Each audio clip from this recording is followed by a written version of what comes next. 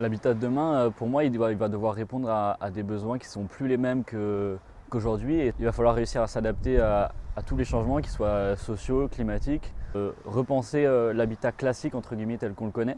Il y a des choses qu'il faut conserver, évidemment, parce que tout n'est pas à jeter, mais repenser peut-être pour voir comment ça pourrait plus correspondre à des besoins qui vont être changeants, avec une utilisation qui ne soit pas fixée à un moment précis, mais qui puisse évoluer dans le temps, tout en se préparant à faire face à des changements climatiques qui vont opérer, qui sont déjà en place.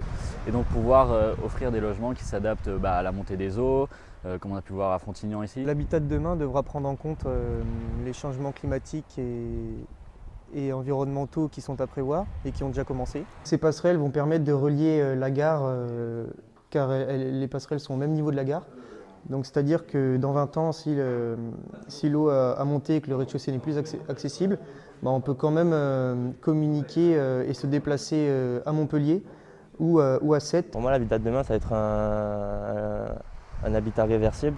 Ça va être un habitat en lien avec profondément la nature qui l'environne et qui la comprend surtout, qui s'adapte dans le temps et qui s'adapte aux besoins des villes, aux besoins des habitants. Les logements en bois vont pouvoir être réversibles et modulaires. Et donc on voit qu'en 2060, quand les habitants, quand des nouvelles arrivées d'habitants vont venir à Frontignan, on va pouvoir augmenter les étages des logements.